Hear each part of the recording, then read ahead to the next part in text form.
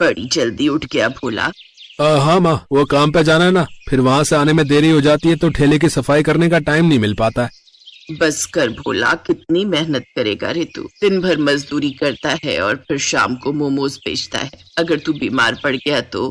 अरे कुछ नहीं होगा मुझे, मैं ढेर सारे पैसे कमाऊंगा ताकि सबसे पहले आपका अच्छे से इलाज करा सकूं और फिर आपको हवाई जहाज में ले जाऊंगा काशी घुमाने। हाँ।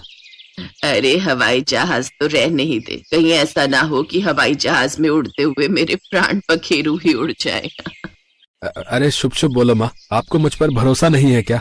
तेरे सिवा इस दुनिया में मेरा है ही कौन? तुझ पर भरोसा नहीं करूंगी तो किस पर करूं? तेरे बाबा तो पहले ही चले गए। भगवान करे कि वो मुझे भी उठा ले ताकि तुझ पर जिम्मेदारियों का बोझ कुछ कम हो।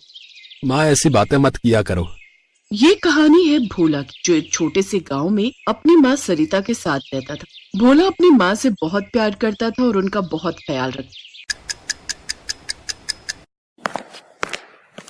माँ ठेला धो दिया मैंने, जाओ आप नहा लो, मैं झट से खाना बनाता हूँ। नहीं जा, तू नहा ले, मैं बनाती हूँ आज खाना। ना ना ना, डॉक्टर ने आपको काम करने से मना किया था ना। भोला को अपनी माँ की बहुत फिक्र थी। वो पैसे भी कमाता और घर के काम भी करता। दिन भर वो बेचारा ट्रकों में भारी भरकम बोरे चढ़ाता था और फिर शाम को आकर मोमोज बनाता और उन्हें बेचने निकल जाता। माँ मैं जा रहा हूँ, आज रविवार है तो बहुत भीड़ रहती है बाजार में, और पता है रविवार को कमाई भी अच्छी होती है। ठीक है, मगर जल्दी आ जाना।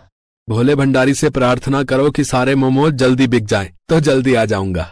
भोला ने अपना ठेला उठाया और बाजार की तरफ चल दिया। फिर बाजार पहुंचकर भोला ने अपना ठेला जमाया, तभी उसके ठेले पर एक आदमी आया। भाई मोमोज तैयार है क्या? हाँ जी सर, बिल्कुल तैयार है, गर्मा गर्म मोमोज। ठीक है, एक प्लेट लगा दो, और सुनो चटनी एकदम तीखी रखना। जी बिल्कुल, एक बार खाकर तो देखिए। जैसे ही उस आदमी ने पहला मोमो चटनी के साथ लगाकर खाया। अरे यार, तुम्हें कहा था कि चटनी फुल तीखी रखना। चटनी तो मैंने तीखी रखी है। अरे इसे तुम तीखी कहते हो? अरे इसे तो मेरा 5 साल का बच्चा ऐसे ही पी जाए। अगर तीखी चटनी नहीं है तो बंद कर दो अपना ये ठेला। वो आदमी बचे हुए मोमोज वहीं कूड़ेदान में फेंक कर चला गया। इस बात से बेचारा भोला बहुत दुखी हुआ। थोड़ी ही देर बाद एक औरत उसके पास आई। भैया एक प्लेट मोमोज लगा दो, और भैया चटनी फुल तीखी रखना, ठीक है? जी मैडम।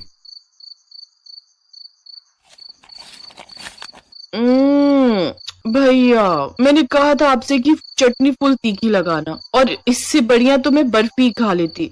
पर मैडम ये तो काफी तीखी बनाई है मैंने।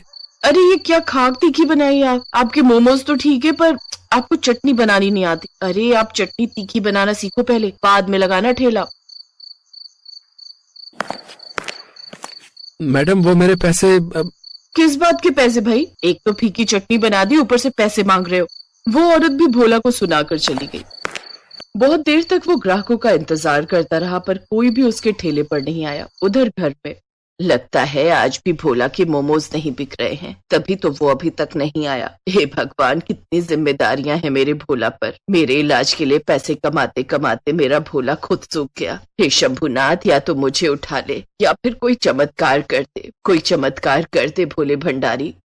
उधर बाजार में भोला अपने ठेले पर उदास बैठा था और मन ही मन सोच रहा था। ऐसे तो मुझे फायदा होने की बजाय नुकसान होता जाएगा। कमाई कुछ हो नहीं रही और फिर कल के लिए मैदा भी लेना है, सब्जियां भी लेनी है और माँ की दवाइयां भी खत्म होने को आ गई। क्या करूं अब मैं? भोला ये सब सोच ही रहा था कि तभी उसके ठेले पर एक बहुत ही सुंदर सी लड़की आई। हालांकि उसके कपड़े बहुत पुराने और मैले से थे। सुनिए, मुझे बहुत भूख लगी है, सुबह से मैंने कुछ नहीं खाया, मुझे थोड़े से मोमरिका दे दो ना। है क्या? मोमरिका? देखिए यहाँ मोमरिका नहीं मिलते हैं। झूठ बोल रहे हैं आप, ये रखे तो है इतने सारे। अरे ये तो मोमोज है। अच्छा, आपके यहाँ इसे मोमोज कहते हैं, पर जहाँ से मैं आई हूँ इसे मोमरिका कहते हैं। अच्छा अच्छा, खैर बताओ कितनी प्लेट चाहिए? खाने हैं कि पैक कर दूं? नहीं नहीं नहीं, बस एक प्लेट यही खाऊंगी। और सुनिए, मेरे पास पैसे नहीं है। कोई बात नहीं, वैसे भी मुझे ये फेंकने पड़ेंगे, कोई आ ही नहीं रहा। आज आपको जितने खाने हैं खा लो, वैसे भी मैं कल से मोमोज बेचूंगा ही नहीं।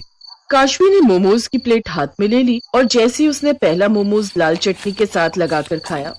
क्या हुआ? चटनी तीखी नहीं है ना? पता है मुझे, सब यही सुनाकर गए हैं मुझे। अरे पूरी तीखी कर रखी है मैंने, पर लोगों को तो चटनी में आग चाहिए, आग। मेरी तो समझ में नहीं आता कि बाकी दुकानदार अपनी चटनी में तेजाब डालते हैं क्या? मुझे आप वो मारीची दिखाएंगे जो आप चटनी में डालते हैं? क्या मारीची? ये क्या होता है? होता नहीं, होती है वो हरी हरी जो सूख कर लाल हो जाती है। अरे जो चटनी में पड़ती है। पता नहीं कहाँ से आई हो तुम मोमोज को मोमरिका कहती हो और मिर्च को मारीची कहती हो। खैर, और खाओगी? हाँ, चटनी इतनी भी बुरी नहीं है, एक प्लेट और दे दो ना। काशवी भूखी थी, इसी वजह से वो देखते ही देखते 3-4 प्लेटें मोमोज खा गई। फिर काफी देर बाद, तुम्हें जाना नहीं? अरे अपने घर जाओ। मेरा कोई घर नहीं है, मुझे मेरा घर छोड़ना पड़ा। यहाँ मेरा कोई घर नहीं है। मैं कुछ समझा नहीं। दरअसल तू जा मेरी बच्ची, हम सब मिलकर भी तुझे बचा नहीं पाएंगे। और माँ, अगर मैं एक बार परीलोक से बाहर चली गई तो मैं कभी वापस नहीं आ पाऊंगी। मैं जानती हूँ मेरी बच्ची, पर अगर तू नहीं गई तो वो शैतान तुझे जबरदस्ती अपने साथ ले जाएगा और तुझ पर जुल्म करेगा। तू एक काम कर, तू धरती पर चली जा, वहां तुझे कोई ना कोई अच्छा इंसान जरूर मिल जाएगा। जा मेरी बच्ची, चली जा यहाँ से।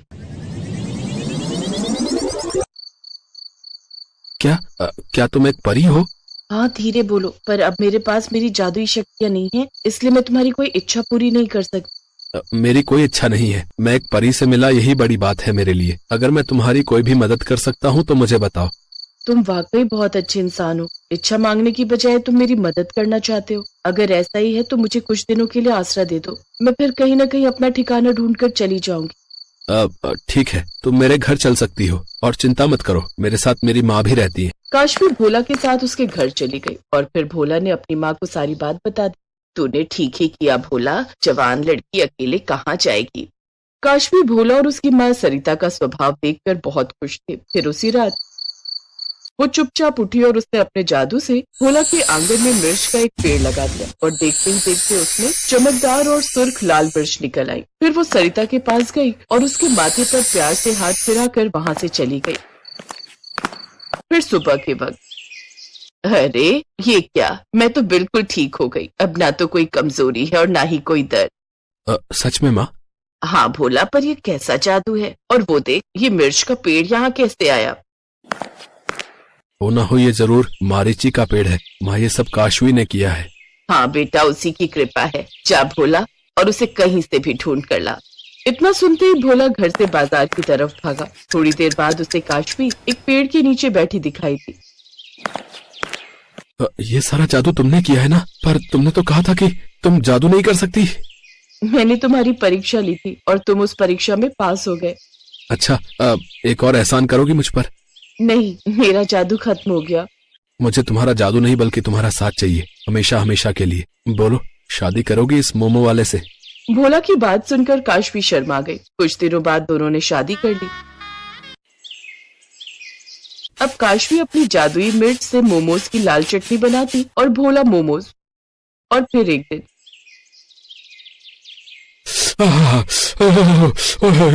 अरे भाई, मजा आ गया भाई। क्या तीखी लाल चटनी है। वाह वाह वाह। हाँ भैया, सही कह रहे हो, इससे तीखी चटनी तो मैंने आज तक नहीं खाई। भैया एक काम करो, 3 प्लेट पैक भी कर दो। काशवी की मारीची से बनी लाल चटनी की वजह से भोला की दुकान चल पड़ी थी और भोला के रूप में काशवी को भी एक अच्छा जीवन साथी मिल गया था।